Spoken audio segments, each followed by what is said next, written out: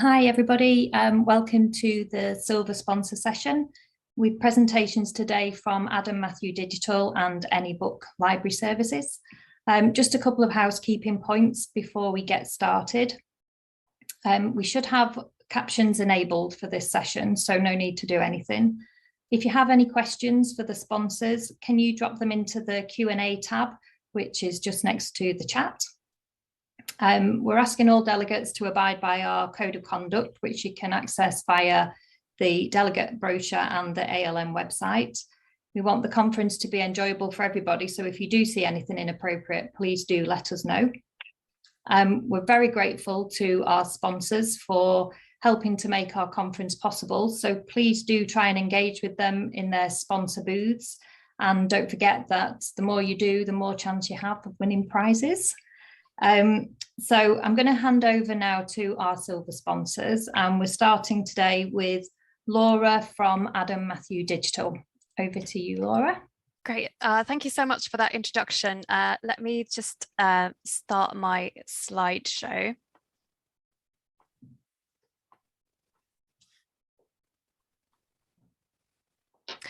So hello everyone, and thank you so much for being here today. My name is Dr. Laura Blumvall, and I'm a content specialist at the engagement team at Adam Matthew.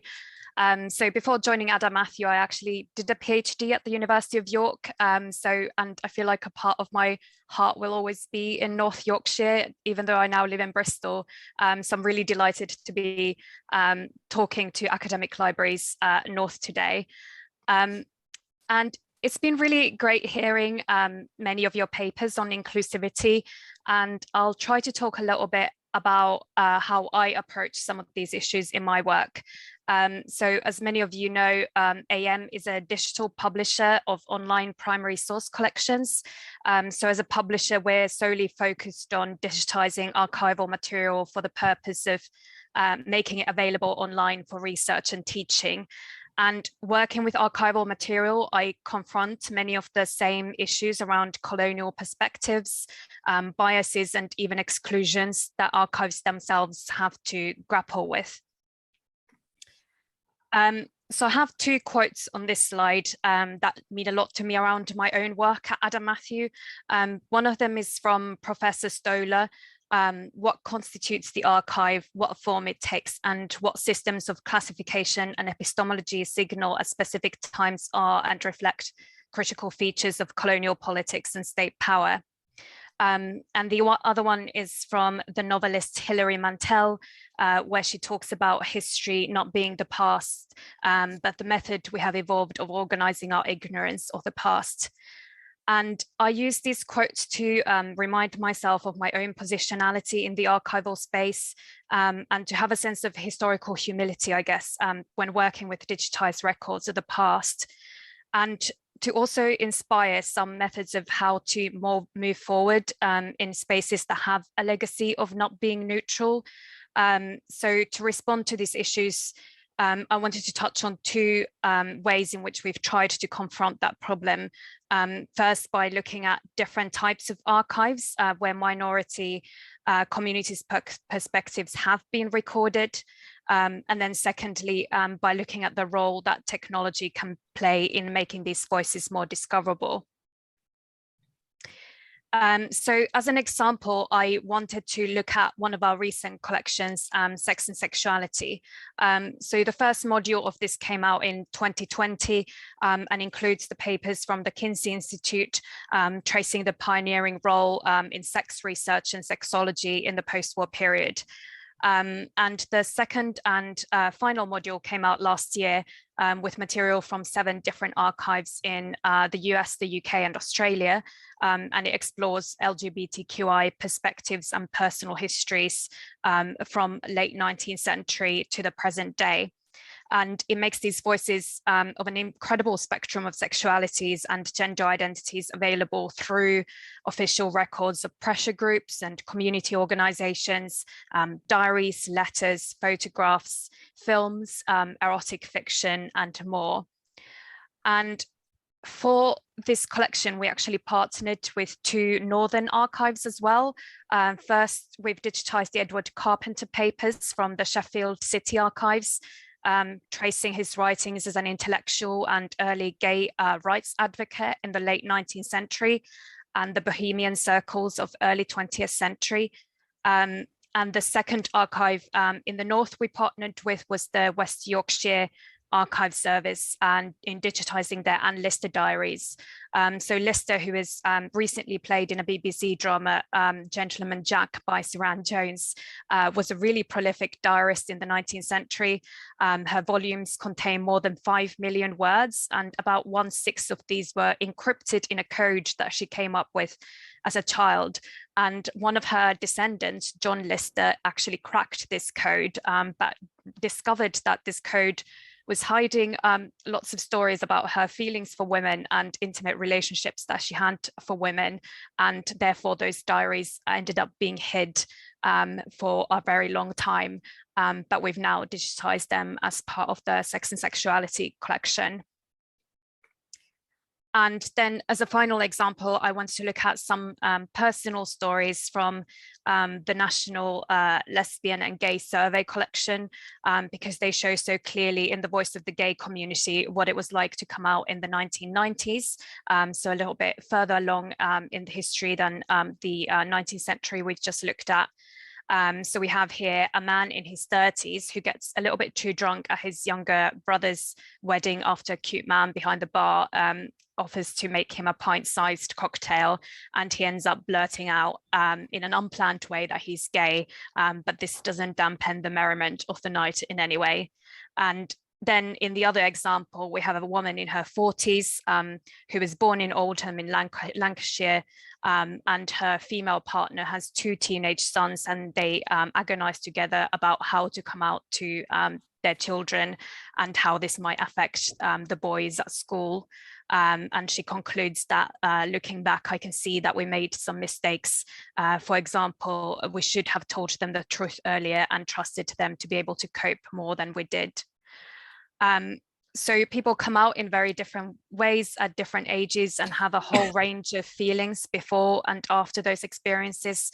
And I wanted to highlight this archive because it shows how alternative records can be found and how they come into being in the first place through the community's own initiatives.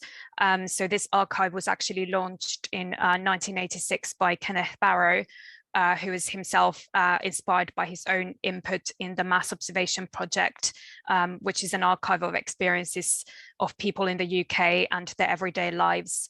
And because of Barrow's own effort to capture the personal thoughts and lived experiences of Britain's gay and lesbian community, this archive is now included and offers even wider range of voices than was available before.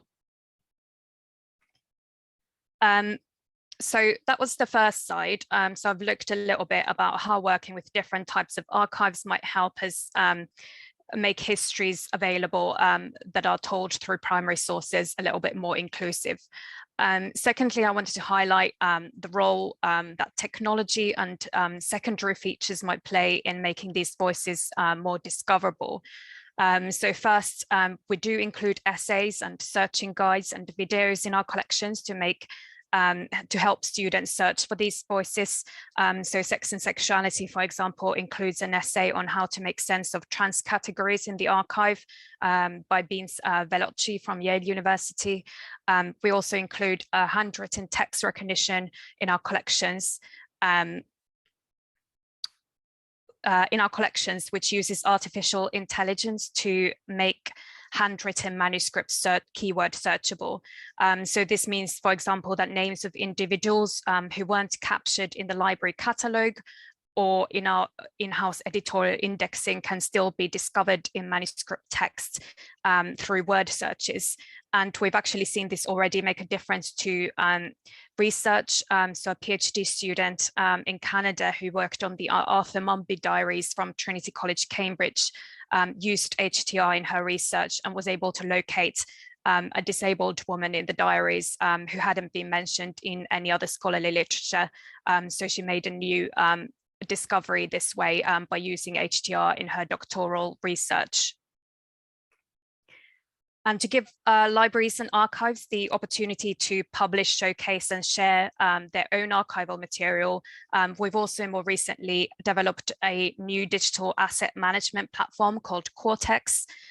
This means the platform that we use to publish archival material can now be used by libraries themselves to publish their own special collections online.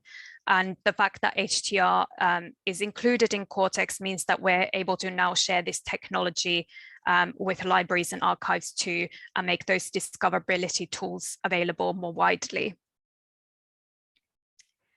And finally, I just want to end by saying that what's really rewarding about my own engagement role at Adam Matthew is being able to see the difference that these archives make to students. So to give one example, in 2020, in the middle of the pandemic, I taught this seminar on how to use archival material for creative non-fiction writing. And 3 of the undergraduate students on that class ended up writing their final assignment using primary sources from our collections as prompts for their creative writing pieces.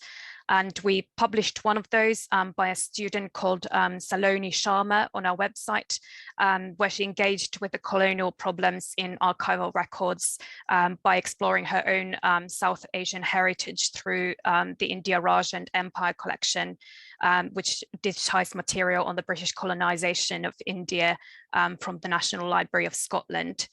And I just wanted to end by reading the student's words, engaging with that archive in order to give the final word of this paper to a student. So maybe the only thing that belongs to you is your birth chart, but how can that be true when the Western archives include Hindu birth charts from the 1700s with a depiction of your venerated gods and label them mythological figures? Those are your gods, not their mythologies. Perhaps it is an attempt at secularism, or maybe a consequence of assimilation and Western knowledge systems. Either way, you are forever entangled in a predetermined fate that feels dictated by the British Empire and not your birth chart. They settled into the role of the priests and planets quite nicely, but no longer. You will reclaim what is yours. Thank you. Thank you very much for that, Laura. That was really interesting. Thank you for making it all very specific to our conference title as well. That's great. I don't think we've got any questions as such yet.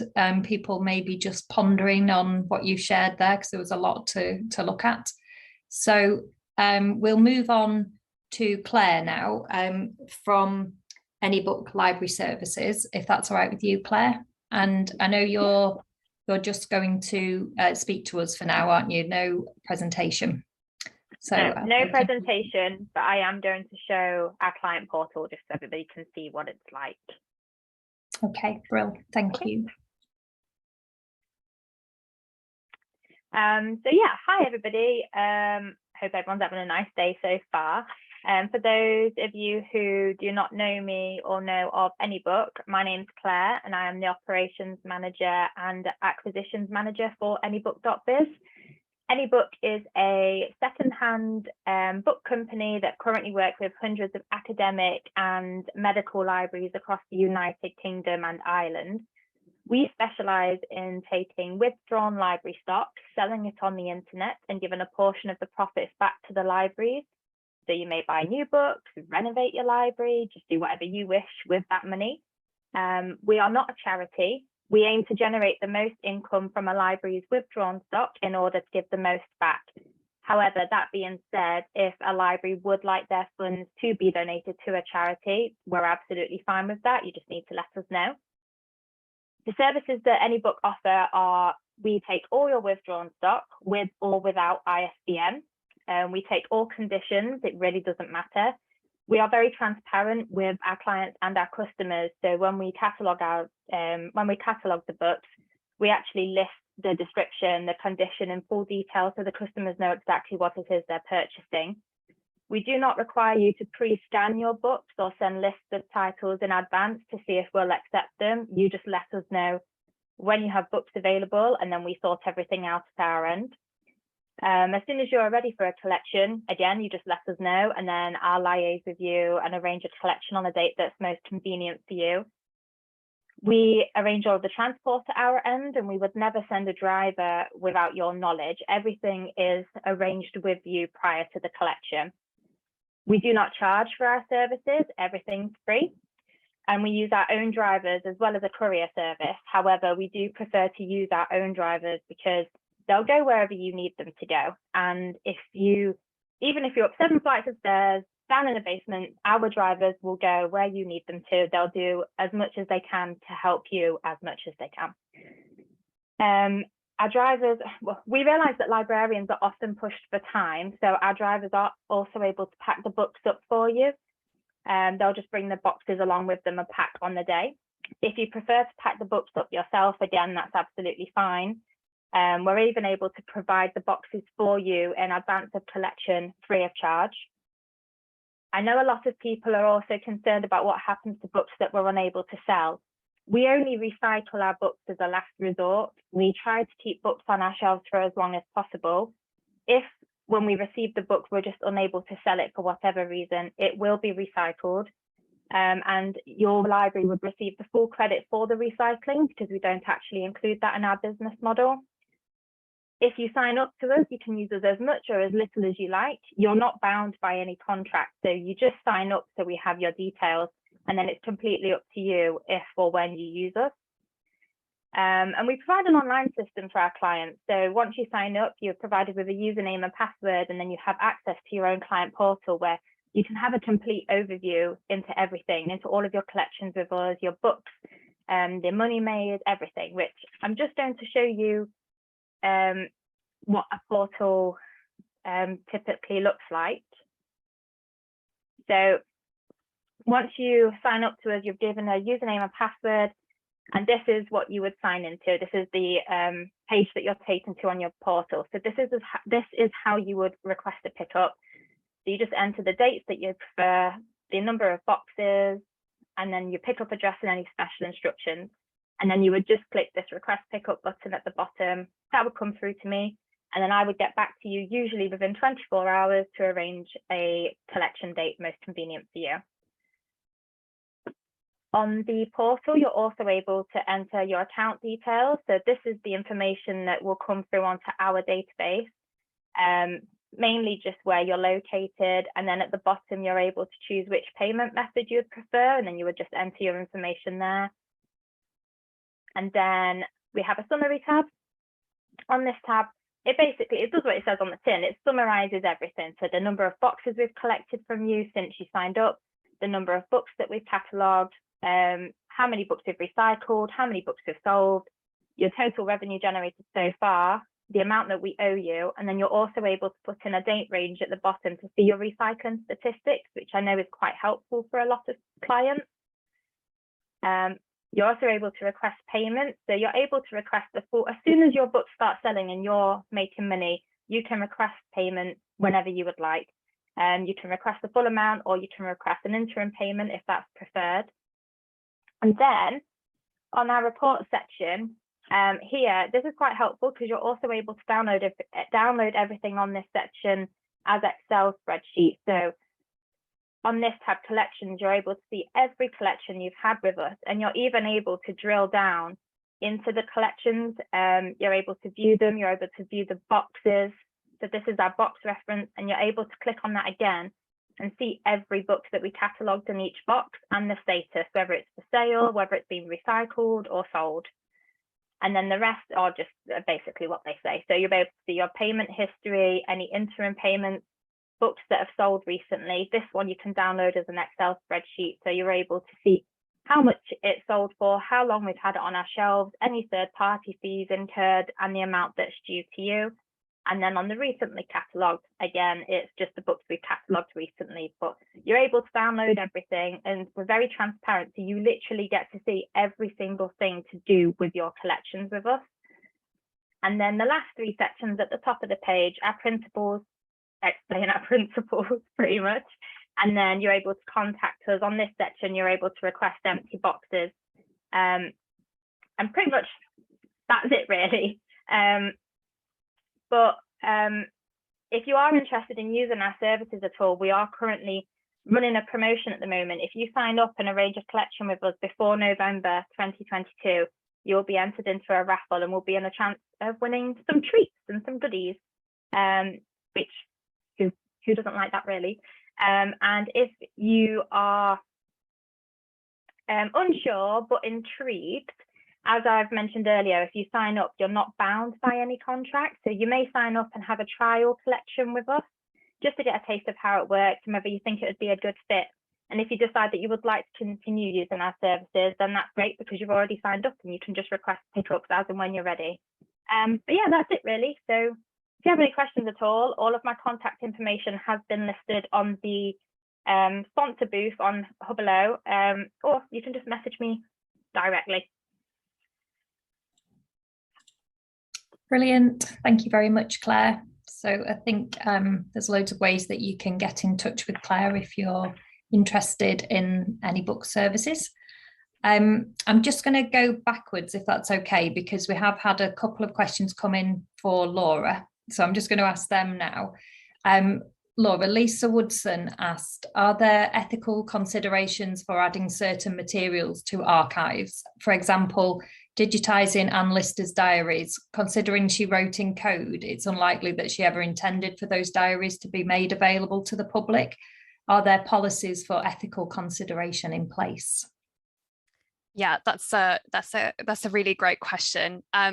We have quite rigorous ethical considerations in place, given the kind of type of material that we work with. So to look at the Kinsey Institute material, for example, which is lots of private people writing about their sexual experiences to this institute in the post-war period, we went through every single document to remove any identifying information to protect the data of those individuals. And we worked really closely together with the Kinsey Institute and the kind of policies that they had in place to protect sensitive information. Anne Lister's diaries are an interesting example, and diaries as a genre in themselves, because they are a private medium, but there's also a history of publication of diaries. So whenever you read diarist works, there's this kind of vacillation between the private medium and a kind of awareness that these it could be made public, and an awareness of a possible readership. And there's a slightly kind of, I guess, different levels of consideration in place when they're kind of historically removed and don't have descendants alive who might be kind of remember those people in person. I don't remember the listed diaries and the kind of policies included with that in detail, but I can look at kind of how we worked together with West Yorkshire Archives for that one. And I think our policy would have been guided in kind of dialogue with the archive that houses and preserves the physical documents. Yeah, brilliant. Thank you. There's just another question about the Lister diaries, actually. Sarah Webb asks, is the transcription of the Lister diaries a new one, or are you utilising existing ones? So it's not exactly a transcription. So we have the handwritten text recognition technology applied to those diaries that I mentioned earlier. So this is kind of a new technology that's been available.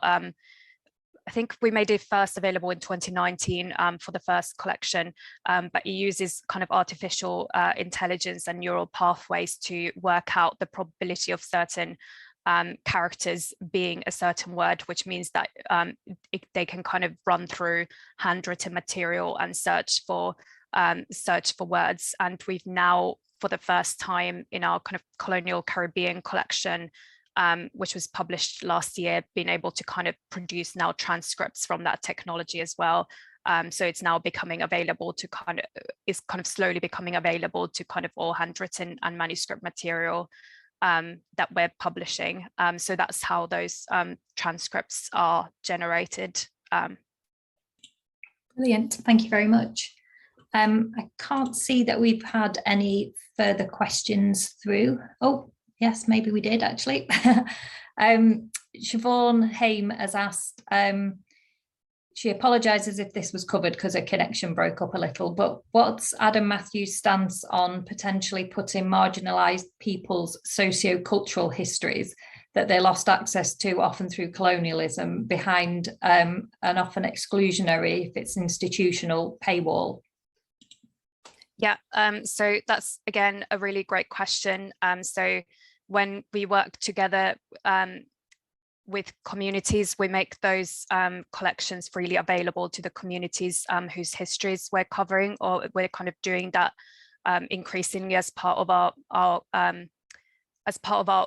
policy when we're dealing with material that's covering the history of those communities in that way. So, for example, our American Indian newspapers collection we made freely available to all kind of indigenous tribal colleges in the United States, so they didn't have to pay anything to access that material. And the Colonial Caribbean collection we've made freely available to kind of the libraries in the Caribbean, so that they can access that those materials without paying for it. Thank you. We've got a question from Daniel Pounds. How ethnically diverse are AM Digital staff? I can't quote statistics off the top of my head. I would have to check. I would have to check that with our HR. But you know, like I'd say that like any publisher, we struggle with staff that's overwhelmingly white and middle class, and we've over the last 2 years put kind of recruitment policies in place to be able to kind of diversify our staff, and we're seeing some kind of, I think we're taking steps in the right direction, but in terms of having a bit more of a diverse staff in place now than we did 3 years ago, but there's still a long way for us to go, and I think, you know, the publishing industry as a whole has a long way to go for our kind of staff being fully representative of the kind of the types of people that live in the UK at this moment. Yeah, thank you. There's a question for Claire as well at Anybook. Ian Baird is curious to know, do you happen to know roughly what percentage of the books you collect are sold as opposed to sent for recycling? I'm not as sure on an exact percentage, because it does completely depend on the client and the type of books that we're receiving. However, as I did mention before, we do recycle only as a last resort. So it does really depend. I mean, if I just say from the top of my head, I would want to say it's around the 70% sold and 20% recycled. That's why we provide the recycling statistics on the portal, so that you can download that information for yourself, because it completely varies on each client and on the stocks that we receive. Well, thank you. I think that concludes our questions now, which is absolutely perfect timing. We've got 2 minutes to the end. So thank you again to Laura and Claire for your time today, and please do go and visit them in their sponsor booths and see what else they've got to offer there. We're on a break from 12:05 to 12:20 when our panel discussion starts, which should be really exciting. We've got some great questions that have come through already, but please obviously feel free to add questions in as the discussion goes on. We've got the caption competition and photo competition still ongoing as well, so don't forget about those, and have fun for the rest of the conference. Thank you.